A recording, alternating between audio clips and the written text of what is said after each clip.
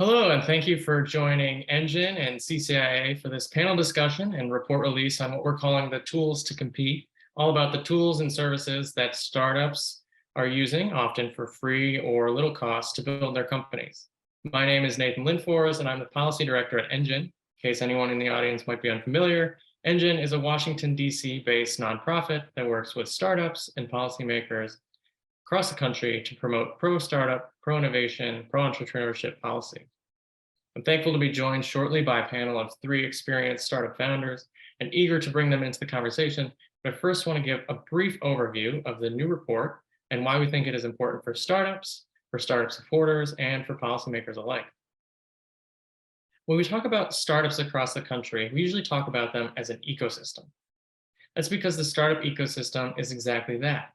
It's an interdependent system of startups, startup support organizations, mentors, investors, service providers, and others, all working to support startup growth and success through the provision of guidance, capital, and other critical resources. And each of those components is critical to the success of individual startups, individual startup ecosystems across the country, and the overall growth and success of the US startup ecosystem. Taking full stock of this interconnectedness is really important for policymakers so they have a robust understanding of the various ways that policies they might be considering will impact startups. For example, policies impacting who and how people can invest their resources in private companies obviously impacts those investors, but it clearly impacts startups looking to receive investment as well. In the same way, a policy impacting a product in a startup's tech stack will obviously impact the company that makes that product, but it'll also impact startups that use it.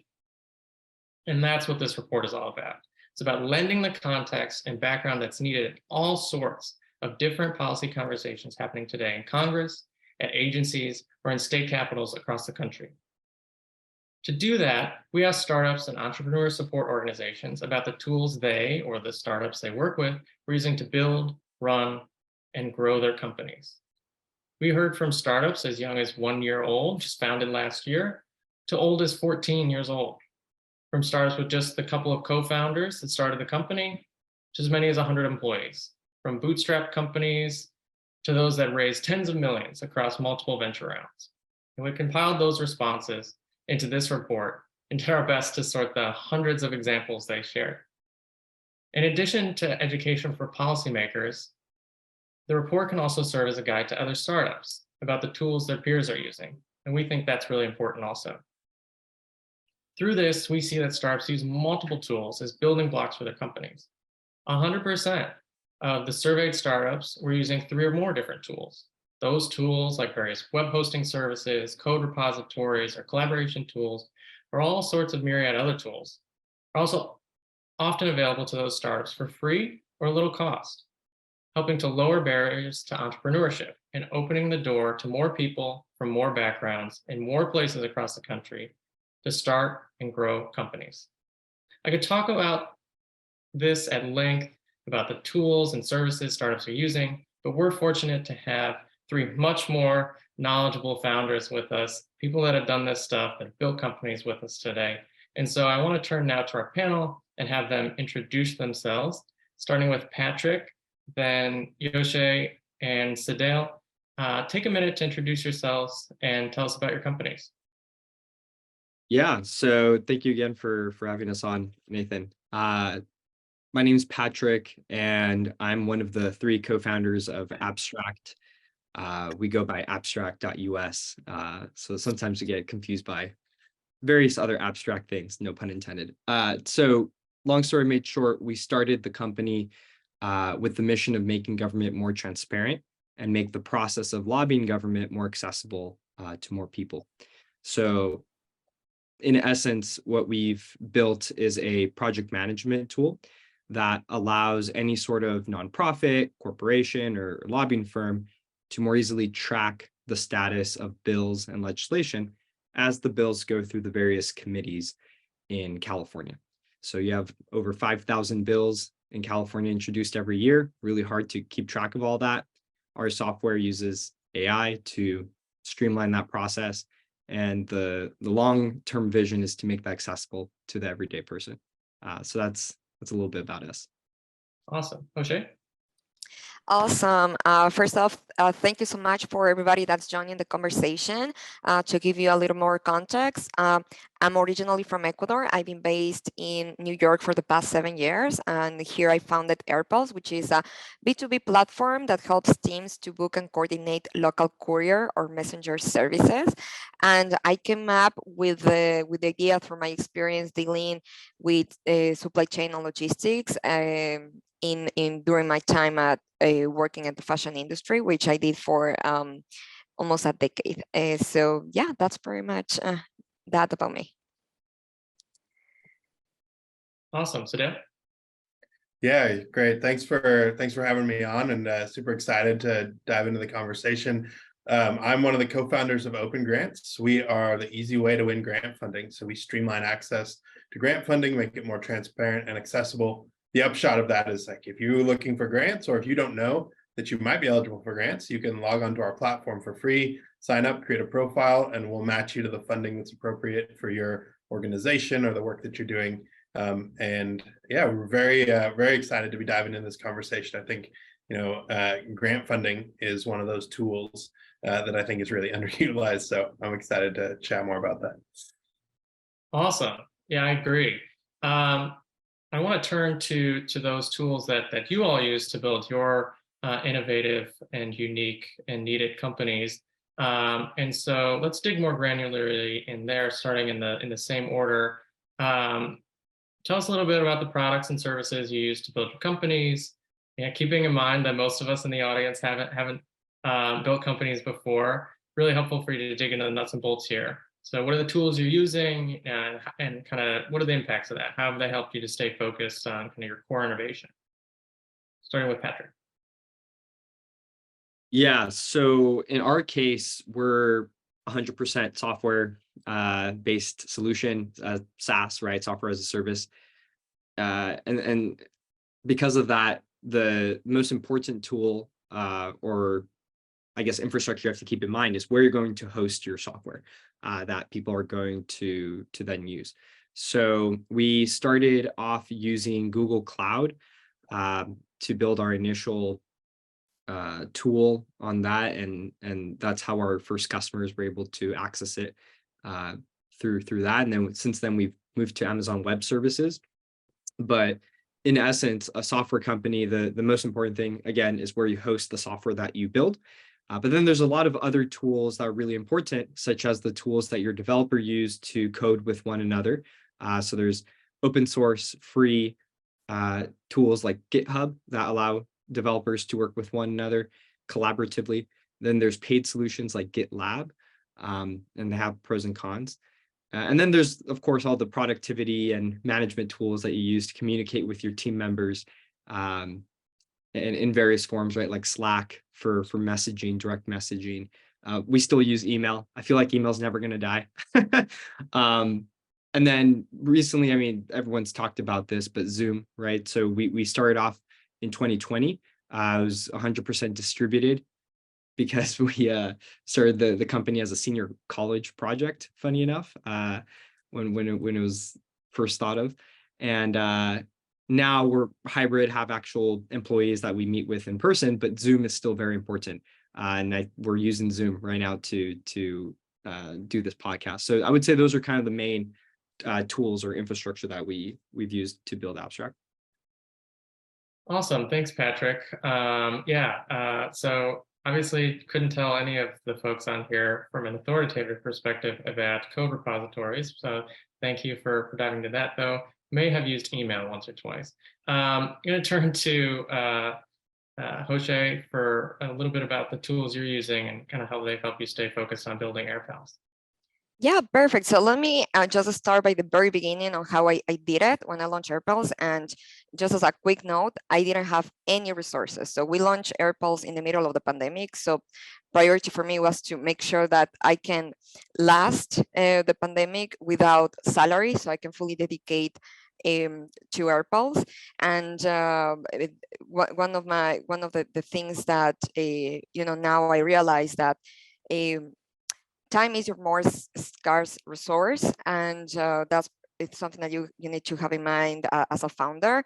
So how you make the most of during the day, right? And the first tool that I want to bring up to everybody's attention is that in order to fully perform and execute with a lack of resources and tools is your brain. Like that's your first tool. So you need to take care of it. And the best way to do it is eating properly. So when I say time is the best resource that you can have in mind, I want to tie it with people think that using things to make it more convenient that save time is the right way to do it. I think thinking about a delivery, right? When people order food delivery, thinking it's more convenient that then you will be saving time so you can keep working on your startup is not smart for me, because you're not taking care of your brain, which is the most powerful tool that you have to work on. So I will say take care of yourself, eat properly, make sure that you're getting the rightful nutrients to increase your brain power. So that's my first thing that I will say, that it doesn't cost you too much to take care of yourself properly. Then, the first thing I did to get things off the floor was to launch a Kiva campaign, because, as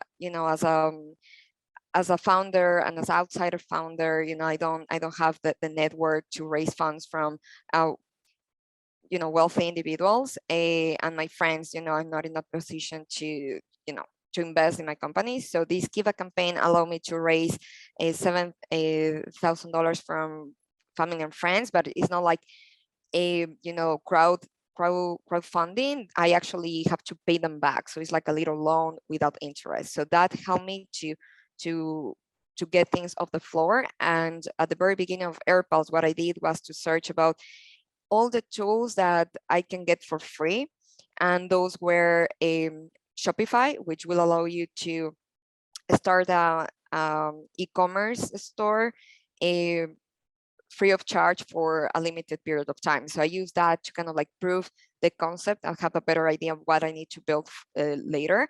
And then to get the first customers on our door, first I reach out to my own network to let them know what I'm doing and if somebody's interested. So that didn't cost me anything. I did it over email. And then I use the Google Ads credits. Then they will give you $500 on your first ad if you're a new business. And then I use Yelp, which gave us like $300 in ads. So that's how we got our first customers, and we were able to kick things off at Airpals.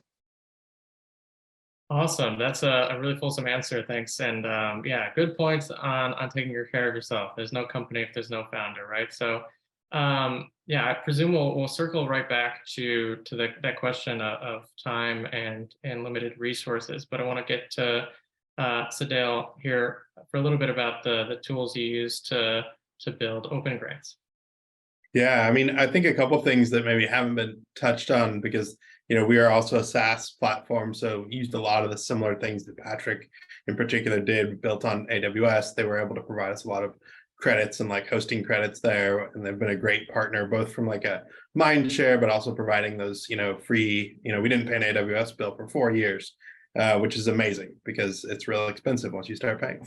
But those kinds of things help you get off the ground. But I think one of the things that I loved about this go around is we're able to use an incorporation service where basically you just like pay $500 and they put your Delaware C Corp together and do all your like startup paperwork. And that's such a time saver. And then you can once you raise some money, you can go hire attorneys and have them fix stuff. But like that that thing gets you off and running so that you have a bank account and you can raise capital and that you're well positioned, generally speaking. And there's other nuances you can tackle in the future. But that was a great tool. And then we use Stripe to actually pre-sell a bunch of access to our platform. And that's another amazing tool because it doesn't cost you anything to get set up. As long as you have your EIN and a bank account, you're off to the races, and they process payments for you, right? And that used to take a long time to set up that kind of infrastructure, and now you can get selling in a few minutes. And so that was a huge benefit for us. We were able to pre-sell a bunch of access to our platform, which allowed us to bring in some capital to continue building. And the other thing we did a lot of was building and iterating in no code. So we are a marketplace driven SaaS product. And so what we would do is before we actually, committed to developing a solution, we would build it in Airtable and Stacker, were the tools we used, which is Airtable is kind of a no-code database, and Stacker is like the front end, right? So when you think of a software application, you have your back end and front end, and in the no-code world, Stacker is your front end, and Airtable can be your back end. And we would iterate on concepts and test out, iterations of the platform and features in no code, which would save us a lot of time. So we didn't have to pay our developers to go do that, and they could work on core product and such. So we used Stacker, Airtable, and a variety of no code solutions to, iterate on the early versions of our platform and get traction. Yeah, and also Nathan, if one to add two, like just came to mind, tools is like Xero QuickBooks accounting, highly underrated how much time that saves, and you don't have to hire somebody to reconcile accounts and transactions. And Gusto was super valuable for setting up payroll. That used to be something that you'd have to hire an external, third-party agent, a lot of money to do payroll and benefits and all that, but Gusto takes care of that, and it's like really cheap. So super underrated. Yeah, thanks, Patrick, and everyone for those responses. And I think it really highlights, startups have limited resources, especially when you're starting out. I think like the nationwide average isn't like till 2 years old, 2 years in, that your a startup will raise kind of a formal seed round, right? Until that point, you're bootstrapping. Like Joshe said, you're putting together a no interest loan. Relying on grants, maybe from OpenGrants that you found on OpenGrants, personal savings, et cetera, et cetera. And so I want to go around again to see if there's anything you want to add in terms of the sorts of resources, not just money, but you talked a lot about time, engineering hours, et cetera, that you spent building your products, and then kind of a little bit more on the ways that the free tools or maybe the special pricing for startups that you've talked about maximize those or stretch the limited resources that you guys have. Let's start with you, Patrick, if you got things to add. Yeah. Okay. I feel like I'm talking too much. No, but I think AWS and Google Cloud, I think were like in terms of actual programs, were really key. And if it weren't for the free credits that they gave us to start Abstract and host our software, I don't think we could have done it, because hosting your own software on like your own server is just impossible. It's very expensive. So I think we're at a point where that's the only viable way of doing it, at least if you're bootstrapping and you don't have a bunch of funds to go and host your own software. And there's a lot of other reasons why you don't want to host your own software. But yeah, I think those are the two main programs. They're startup programs that we took advantage of.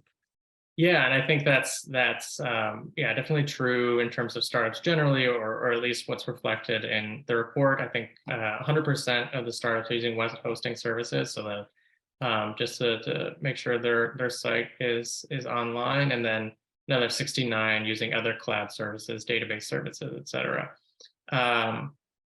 Sedale or Joshe, anything to add on the saving time, saving money here when you're starting out?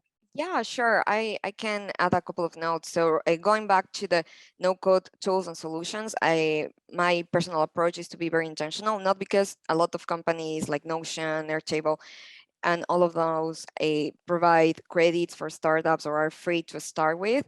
You can use all of them, because as you grow your company, you cannot have everybody like in hundreds of platforms. So you need to be very intentional since the beginning, because as you grow, at some point you have to pay. So be very strategic of what you choose to use, and to be mindful that at the beginning is about making sure you're building the right it before building it. So the simple, the better. And I will say no code tools is the best way to do it. And from there, start to think like what technology, what languages you want to use, because if you choose something that is very new, like for example, Go, then you have a very hard time recruiting talent with expertise and in Go or with some years of experience. So start for something that maybe the languages or technologies that your team is familiar with. In our case, after we moved from Shopify, which made no sense for a logistics company to do something in Shopify, we move on to Firebase and Google Cloud products. And then after Firebase, we moved to AWS for the backend. So is about also building that roadmap and how you're going to scale your tech stack. Yeah, I think that's really good thing to keep in mind and really good advice generally to kind of take the long view and be intentional there. And then finally, Sedale, come to you on this question of kind of time and money, and then maybe while we're thinking about it, you know, you've been around the ecosystem for a bit. How have you seen the availability of these sorts of services change, and then kind of what's the impact there? Yeah, I mean, this is my fourth startup. So Nathan, very nicely telling me I'm old, I guess, maybe, I don't know. But no, I think, you know, it's been really exciting to see. I think with our first company, right, we went to an attorney and had them file our incorporation paperwork, and it was super expensive and took forever. And like, you know, now you can go on, you know, Stripe Atlas and get done in, you know, a week or two, and you pay $300 or $500, right? The other thing that I think is really exciting when you talk about, you know, tools and also services that are available now, you have you know, fractional CTOs and fractional CFOs, these folks who will come on and you can pay them some kind of subscription service, or maybe you pay them a set fee, because when you're early, you don't need a full-time CFO, and you don't necessarily, especially if you're doing, you know, something in SaaS, you might not need a full-time CTO, but you might want someone who's a little more experienced, who can help you navigate and understand what languages and what your tech stack should look like long-term. And maybe they've exited a company before, so they know what like that looks like at enterprise scale.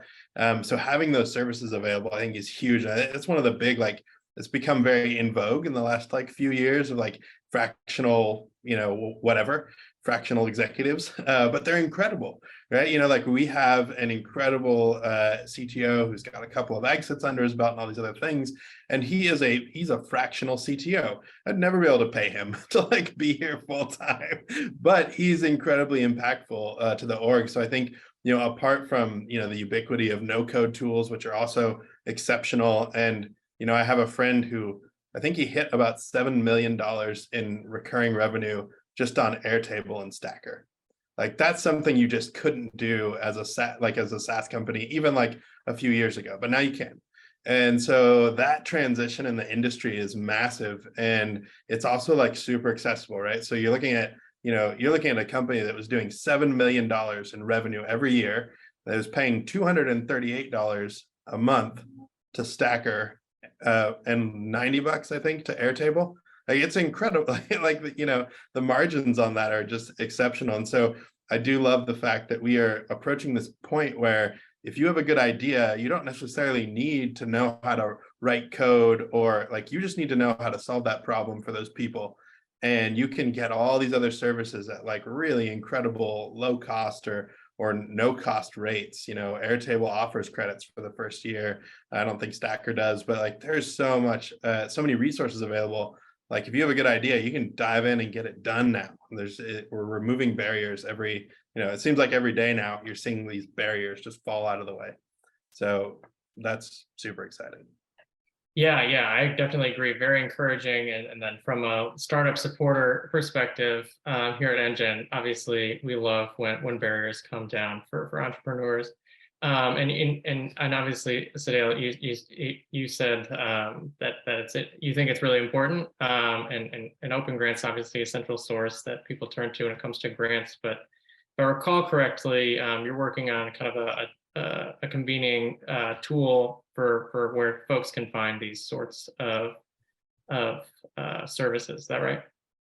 Yeah. So, you know, part of our vision for some of what we're doing with OpenGrants is to be that, like, you know, be a resource or to streamline that experience for founders in particular. So this is one of the things that I think is really exciting about everything that's going on with the IRA and Bipartisan Infrastructure Act. There's all this money being sunk into kind of innovation as economic development, like this kind of concept that the federal government has leaned into, I think rightly so. But at the local government level, where they have to like coordinate and get all this stuff done, and then like in the surrounding ecosystems, there's not there's some gaps in when it comes to capacity and understanding, and just they've got so many other things going on. It's not no fault of their own, but it's just not their core deliverable, right? Their core job. And so yeah, part of what we're part of the vision of OpenGrants is to be that kind of that infrastructure, that connectivity that allows folks to navigate these programs and understand not only how they can access no code tools and those kinds of things, but also how you can kind of partner with resources like grant funding from the government, and partner with your local governments in order to develop solutions, bring things to market, because it's in the it's in the interest of everyone that these companies continue to be built and people continue to innovate and create solutions, because we got a lot of stuff to fix.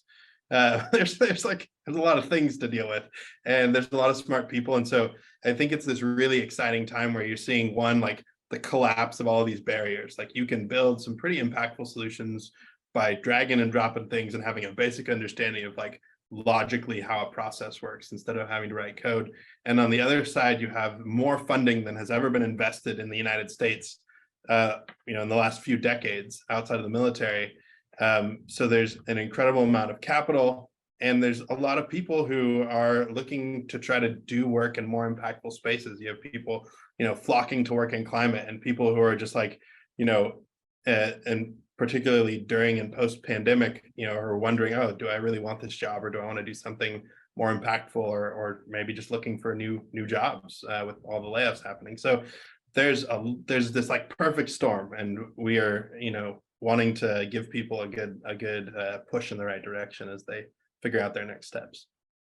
Yeah, you said in there that that we have a lot of problems to solve, and I think we've got at least 3 of you working on different ones that need solving. So that's great. To this point, we've talked a lot about the services you all use, services startups use, how they're additive to your business, how they've lowered costs, how they've lowered barriers.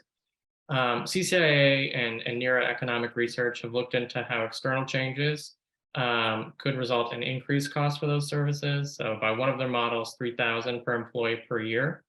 So I just want to turn to each of you for your reactions. Why is it important that costs to startups for the tools they use to build stay low? What would it mean for you if some of the tools that you're using right now became more expensive? Or what would it have meant, starting out, getting off the ground, if the tools you've encountered were more expensive? Let's start with Patrick, then go to Joshe, and then back to Sedale.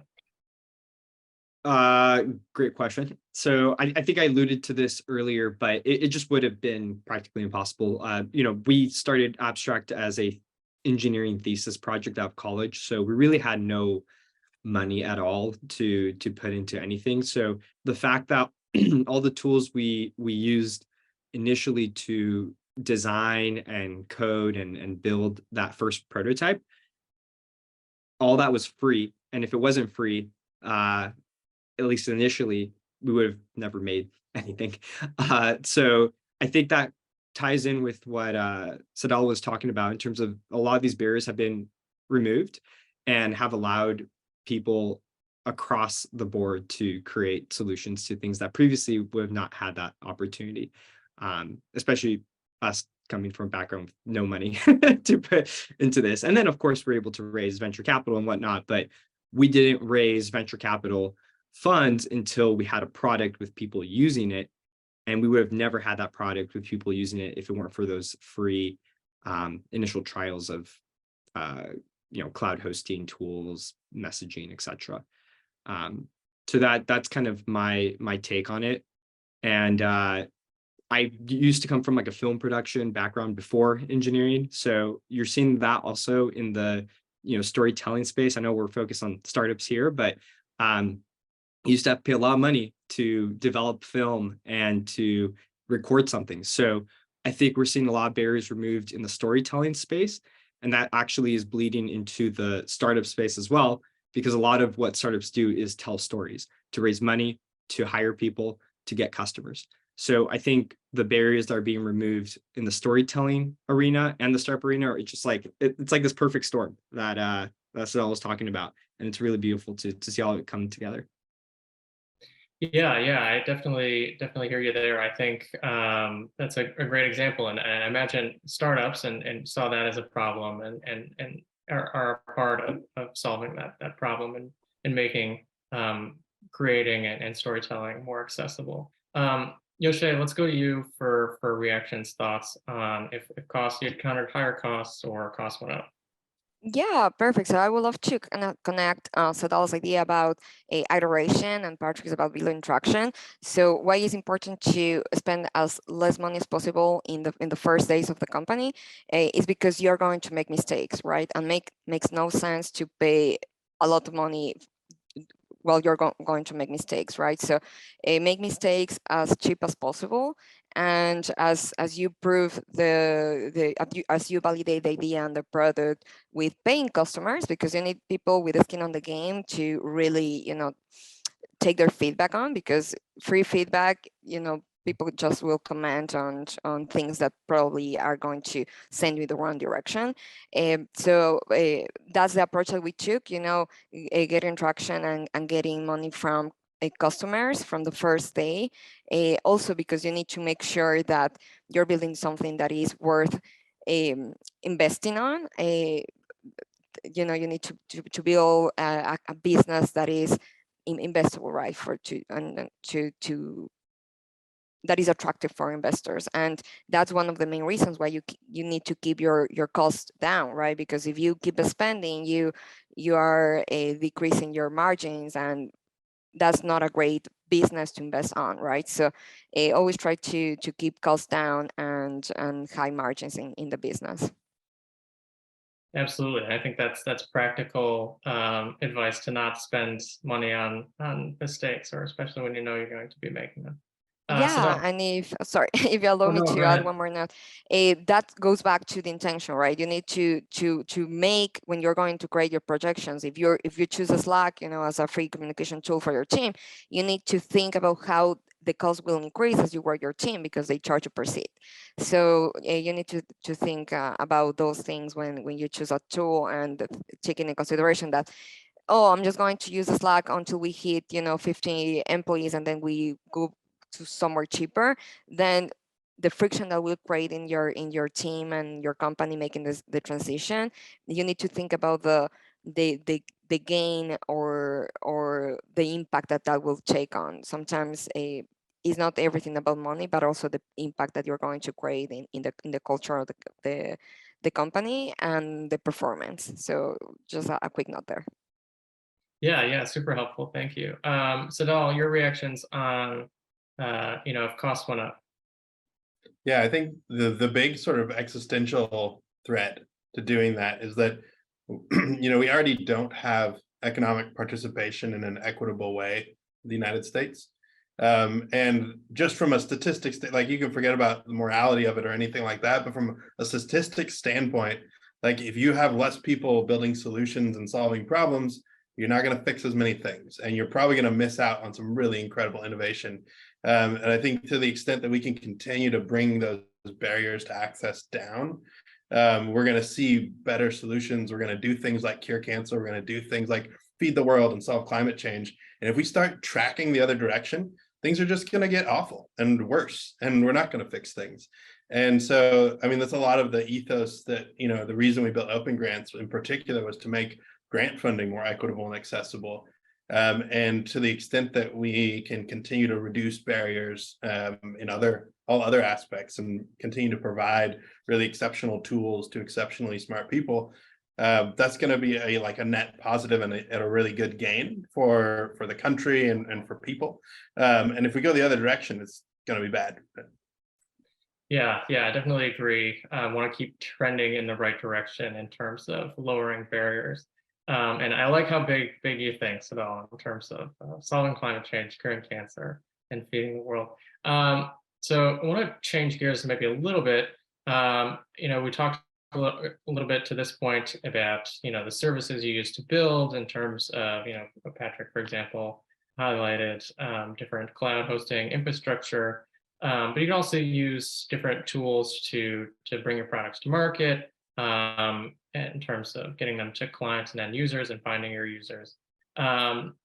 So following those kind of support of critical business function tools, infrastructure tools, the services used most by startups were marketing and digital advertising services. 85% say they leverage those tools. And a lot of the startups captured in the research, I think 56% use marketplaces and app stores to reach their users those ways. And so I want to go around the horn here again. Patrick, Joshe, and Sedale, tell us a little bit about the tools and services you leverage to find and engage with customers. I think, Joshe, you talked a little bit about different ads, Yelp, et cetera. And Sedale, I think we've talked in the past about the AWS marketplace. But I see Patrick deep in thought. So if you want to start elsewhere, we can start with Joshe or Sedale. I have Sure. thoughts, whatever, but I do not want to go first on this one. Okay, go ahead, Sedale. Yeah, I was just going to say, I think, you mentioned AWS, and I just think that there are some really interesting and exciting synergies between kind of leveraging marketplaces, both in terms of sales and customer acquisition. So we work closely with AWS. We're in their marketplace as a product.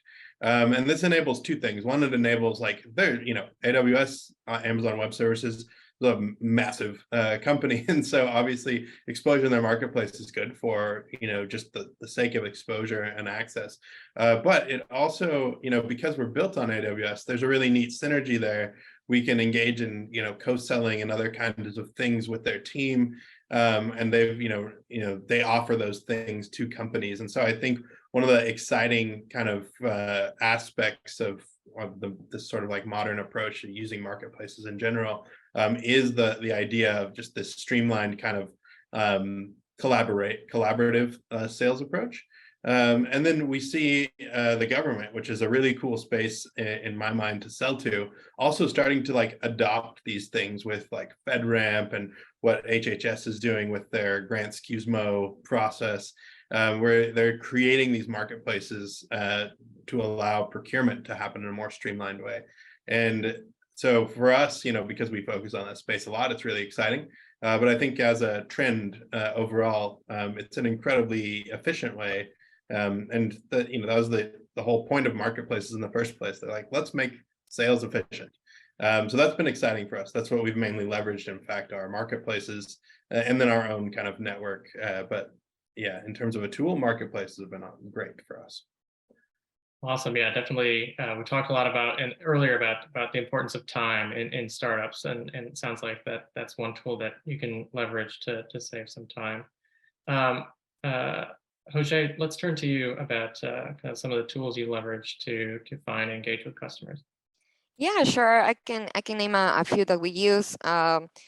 First, a big shout out to Airtable. We use it across the board, not only to run some automations for our product, but also to have automations with customer-facing things, like for example, referrals, promotions, and things like that. And when I mentioned at the beginning that we took advantage of the free credits for ads, now that the main priority as the company grows is to kind of stay away from paying to get more users and create a sustainable growth model with an organic loop and things like that. So now we're working towards that using Airtable as well for referrals.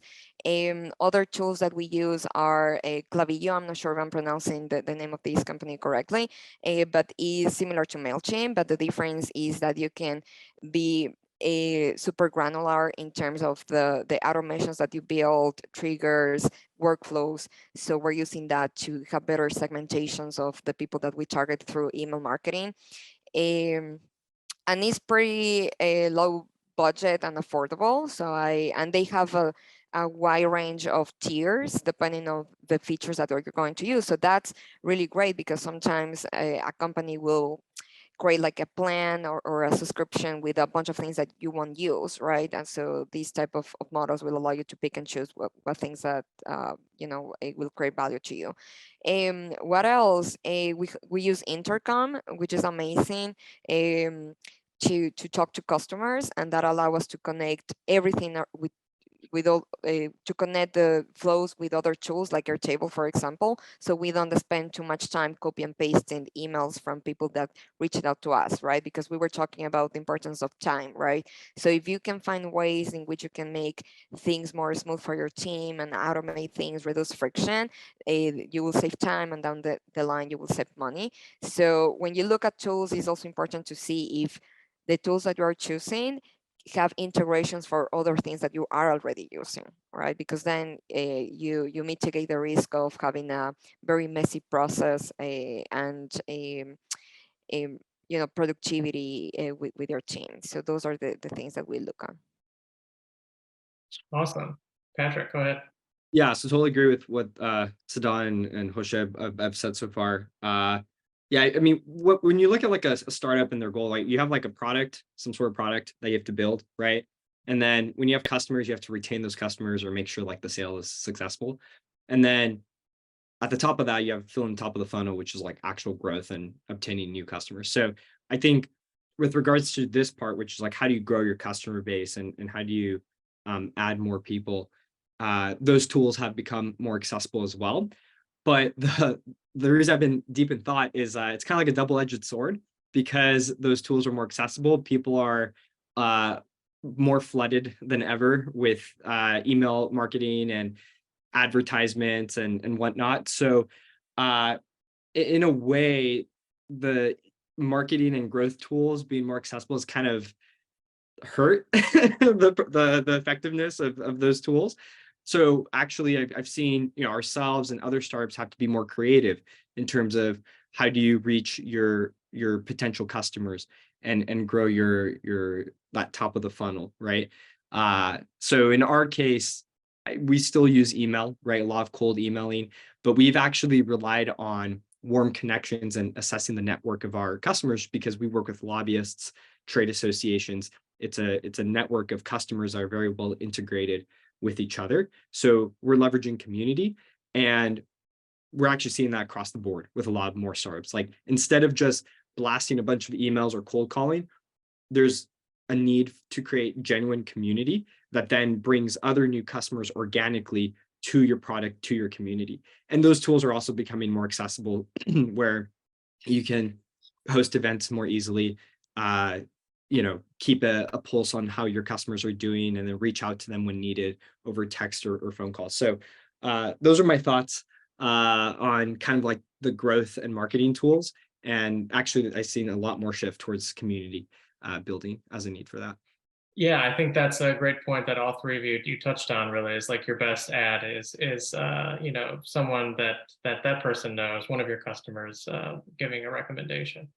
So I see as we're winding down here on time as we approach the end of our conversation, I think there are two main takeaways for startups that might be in the audience. Heard a lot of great advice. I think I'm going to go start a startup now. Sorry, Kate, if you're watching. You heard a lot from these founders about how to build great companies, the tools that are available to them and to you as startups for your low cost. And then for policymakers in the audience, you've obviously also watched the same conversation. You've heard about how barriers have come down, and really seen some of the ways that the whole technology ecosystem is really interconnected. So lots of things to keep in mind when formulating tech policy, for example. One last time, I want to go around Patrick, Joshe, and then Sedale. What are the key takeaways in your mind for policymakers, for startups, for others from today's conversation? I'll give it a shot. I think key takeaway is really like that, just reducing the barriers to creating a new company and startup, and that's how we're gonna create or solve the problems in a much more innovative way, and empowering communities that didn't have that before to solve problems that are specific to those communities or specific to a certain part of society. And so I'm really bullish on like the future of startups, and that's kind of the bread and butter of, in my opinion, our country. That's what makes the United States is our innovation, and the core to that innovation is our startups. And you make more robust startups by giving more tools and accessibility to more people to create those ventures and create those like safe playgrounds, so to speak, before they then raise money and then scale that. So any sort of help that startups can get in the early stages for free or low cost that's the name of the game. Awesome. I agree. Joshe? Yeah, similar to what Patrick said, I hope that as the startups that we're creating grow, like we don't forget that we once were startups. So it's our responsibility and to make accessible the tools that we're creating to other people that are coming after us. So yeah, just have that in mind as you grow your companies, because similar to Patrick said, if we didn't have at our fingertips these amazing tools and free tiers that the other companies created, we wouldn't be able to kind of like get things off the floor, and that was very helpful. So just don't forget that you were there for the rest of the people coming after. Yeah, definitely. And additionally, obviously, one reason that we appreciate all of you joining to share that expertise. Sedale, take us out. Sure. I mean, my kind of takeaway is that, the government built Silicon Valley effectively. It was, that incredible synergy between public-private partnerships. And frankly, more than 2/3 of the really cool innovations that have transformed the world started out as government-funded, government-backed research. So to the extent that policymakers can take a look at not only streamlining access to capital, but also removing some of the restrictions and obscurity around like tech licensing that's coming out of national labs. That's another incredible resource. We spend so much money. We have an incredible ecosystem of really smart people building really cool things. And the bulk of all that tech never makes it to the light of the day to a startup founder because it's hard and bureaucratic. So I think that's one big thing that I would love to see looked at more as we talk about barriers to access. Like, let's put more entrepreneurs and give them really cool tech that the feds have paid for and built. Yeah, that's the great call to action to end off with here. And thanks to all of you for taking the time out of running your companies to share your expertise, your experiences with us and those watching in the audience. And thanks to all of you watching for spending part of your afternoon with us. You can learn more and read the report at Engine's website or CCIA's Research Center website. But until then, thanks and take care. Bye, everyone.